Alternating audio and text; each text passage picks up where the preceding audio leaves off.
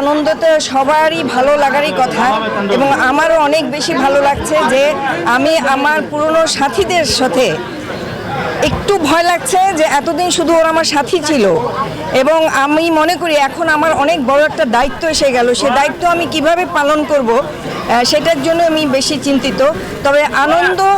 আর সবার যে ভিতরে যে অনুভূতি, সেটা আমার পুঁজি, সেটাকে নির্ভর করেই ওদেরকে অতীতে যেভাবে আমি সকল সংগঠন এবং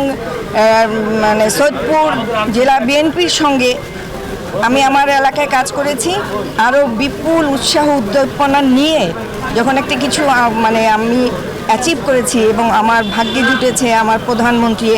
আমার দল আমাকে মূল্যায়িত করেছে, সেই মানে সেই পথটার আমি মূল্য রাখার চেষ্টা করব, এবং ইনশাল্লাহ আমার কাজের পরিধি বেড়ে গেল, সেটা যেন আমি সম্পূর্ণ করতে পারি। আগে ছিল শুধু আমার রাজনৈতিক সাথী তারা, আর এখন হলো অনেক বড় একটা দায়িত্ব আমার ঘাড়ে এসে